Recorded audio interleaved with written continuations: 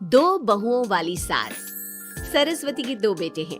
बड़े बेटे राम की शादी रज्जू से हुई है और छोटे बेटे श्याम के लिए लड़की देखने का सिलसिला जारी है। एक दिन रज्जू की माँ का फोन आता है और उसकी सास फोन उठाती है। हेलो, कौन बोल रहा है?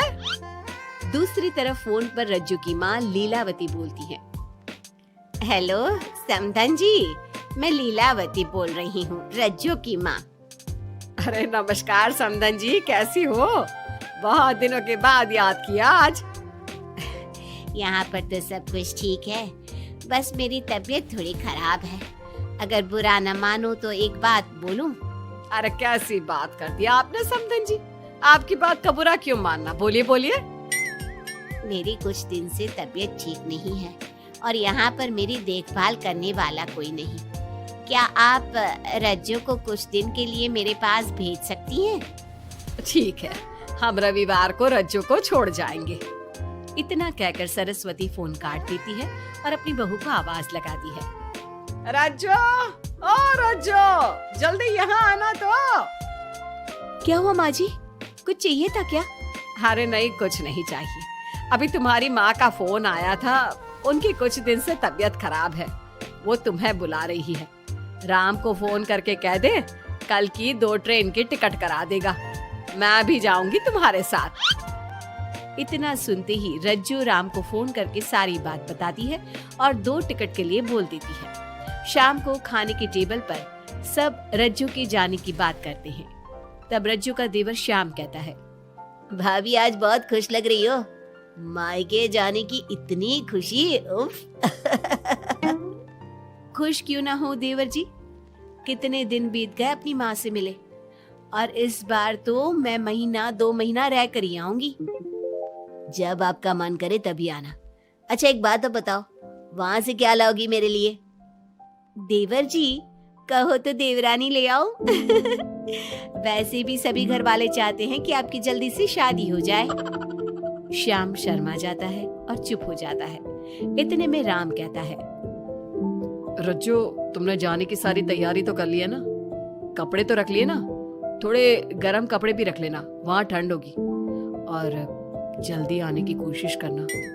ठीक है, मैं जल्दी आने की कोशिश करूंगी बस। अगली सुबह दोनों जाने की तैयारी करने लगी। राम उन्हें स्टेशन छोड़कर घर वापस आता है। कुछ घंटों बाद रज्जू और सरस्वती गांव पहुंच जाते हैं। रज्जू अपनी माँ को देखकर बहुत खुश होती है। माँ, आप अपना बिल्कुल भी ध्यान नहीं रखती, कितनी कमजोर हो गई हैं आप। अब बेटा क्या ध्यान रखूं, उम्र भी तो हो गई है, ये बीमारियां तो लगी रहेगी। बहन जी आइए आइए बैठिए, मुझे बहुत अच्छा लगा कि आप भी यहाँ आई। अगले दिन सरस्वती अपने घर वापस जाने लगती है तो लीलावती से कहती है, बहन जी ध्यान रखना आप अपना, आपकी तबीयत ठीक हो जाए तो आप भी रज्जू के साथ आ जाना। रज्जू के बिना तो घर सूना सूना लगेगा।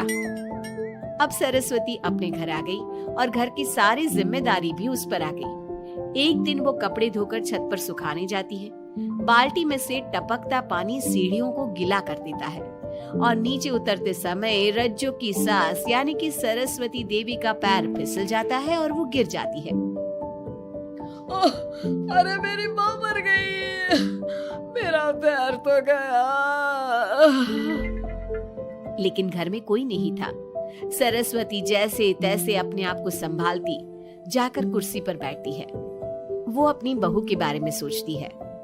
अगर रज्जू होती तो मुझे संभाल लेती और घर भी संभाल लेती। अब घर के काम कौन करेगा? मैं डॉक्टर के पास कैसे जाऊं? बहुत दर्द हो रहा है। जब राम और श्याम घर आते हैं तो अपनी माँ की ऐसी हालत देखकर वो जल्दी से डॉक्टर को बुलाते हैं। डॉक्टर सरस्वती के पैर पर पट्टी बांधता है और उसे आराम करने की सलाह देता है। राम कहता है, माँ आप बस आराम करो, मैं रज्जू को खबर कर देता हूँ, वो कल ही यहाँ आ जाएगी।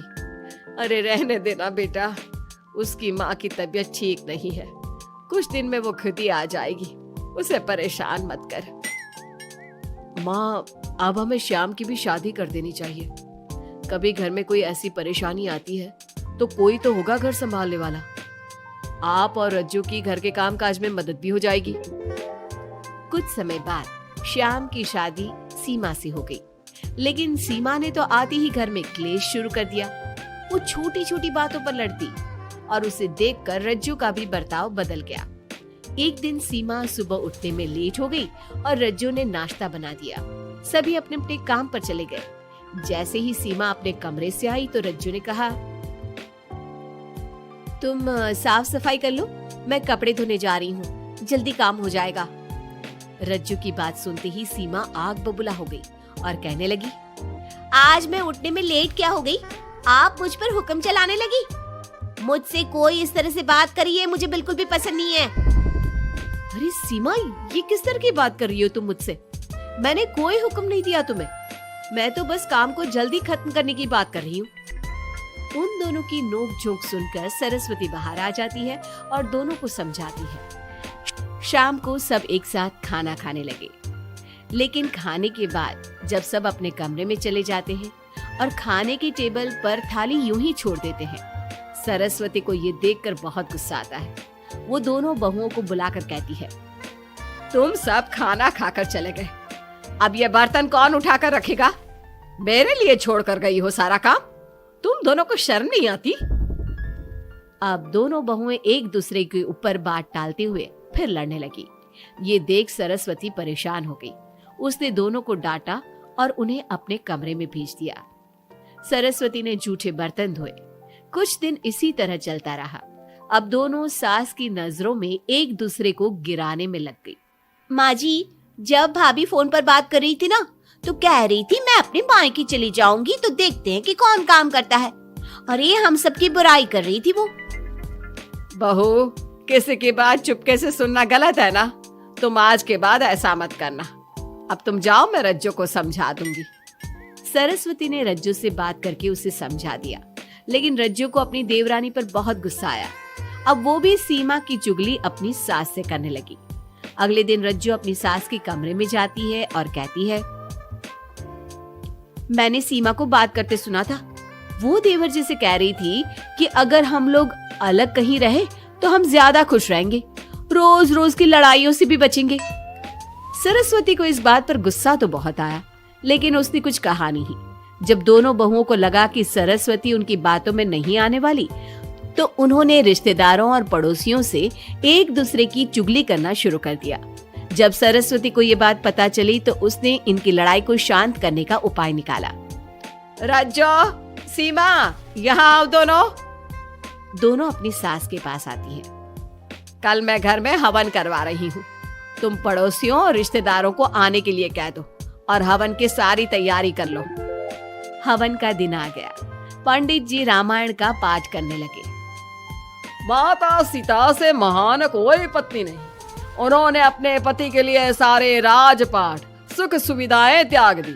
अगर कोई पत्नी अपने पति को परिवार से अलग होने को कहती है तो वो पाप की भागीदार होती है और बेटों को भी माँ से अलग नहीं होना चाहिए। सीमा पंडित जी की बात बहुत ध्यान से सुन रही थी और उनकी हाँ में हाँ मिला रही थी। ऐसे ही रामायण का पाठ अंतिम सीमा पर आ गया, जिसमें विभीषण के बारे में बताया गया था। अगर विभीषण अपने भाई का भेद न देता तो रावण का विनाश नामुमकिन था। पूजा खत्म होते ही सीमा बोल पड़ी, तभी तो मैं कहती हूँ परिवार में आपसी प्रेम होना बहुत जरूरी है। लेकिन मेरी सुनता कौन है इस घर में? आपसी प्रेम की बात कौन कर रहा है, जिसने घर में आती ही लड़ाइयां शुरू करवा दी। दोनों में फिर से नोक झोंक शुरू हो गई। सरस्वती दोनों को चुप कराते हुए बोली, अरे चुप हो जाओ तुम दोनों, पड़ोसी क्या कहेंगे, सब सुन रहे हैं तुम्हारी बातें। तभी उनमें से एक पड़ोसन बोलती है, सरस्वती बहन, क्यों चुप करवा रही हो अपनी बहुओं को? हमें तो इनके बारे में सब कुछ पता है। ये दोनों हमारे घर आकर एक दूसरे की चुगली करती है। तुम्हारे घर की हर छोटी से छोटी चीज पता है हमें। आंटी जी, हमने अपना समझ के आपको कुछ बता दिया तो इसका मतलब ये नहीं कि आप सबके सामने हमारी सास से हमारी शिकायत करेंगी। आप तो सबसे बड़ी चुगलखोर हो। सीमा की बात सुनकर सभी पड़ोसन उन्हें बुरा भला कहने लगी। उनकी बातें सुनकर दोनों बहुएं सबके सामने बहुत शर्मिंदा हुई। जब सब उनके घर चले गए तो सरस्वती ने अपनी बहुओं से कहा, अब तुम दोनों को तो बहुत खुशी होगी कि सारे मोहल्ले की औरतें हमारे ही घर में खड़ी होकर हमें ही सुनाकर चली गई। हमें काफी साल हो गए यहाँ रहते हुए, लेकिन आज तक किसी में भी इतनी हिम्मत नहीं थी कि हमसे ऊंची आवाज में भी बोल पाए। लेकिन आज तुम दोनों की वजह से ये सब हमारी बुराई कर रहे हैं। तुम दोनों ने ये सब अच्छा नहीं किया। सीमा, तुम्हारे इस घर में आने से पहले हम सब बहुत प्यार से रहते थे, लेकिन ये सब लड़ाइयाँ तुम्हारे आने के बाद शुरू हुई है। आज के बाद तुमने घर में किसी से भी झगड़ा किया तो मैं तुम्हें तुम्हारे मायके छोड़ आऊंगा, समझी तुम? ये बात सुनकर सीमा रोने लगी और सबसे माफी मांगने लगी। पंडित जी भी ये सब देख रहे थे। उन्होंने सबको शांत करवाया। कृपया आप सभी शांत हो जाइए, गुस्से से तो बात और बिगड़ जाएगी। अगर आप दोनों बहुएं मिलकर रहती, घर की बात घर में रखती, तो कोई आपसे कुछ कहने की हिम्मत नहीं करता। आज आपको इस बात का एहसास तो हो ही गया होगा। औरत ही तो होती है जो मकान को घर बनाती है। अब भी कुछ नहीं बिगड़ा, आप दोनों प्यार से रहो। आपके पड़ोसी और रिश्तेदार अपने आप चुप हो जाएंगे। पंडित जी की बात दोनों बहुओं की समझ में आ गई। अब दोनों प्यार से रहने लगी। इसी तरह समय बीत गया। अब पड़ोस की औरतें उनके प्यार की मिसालें देने लगी।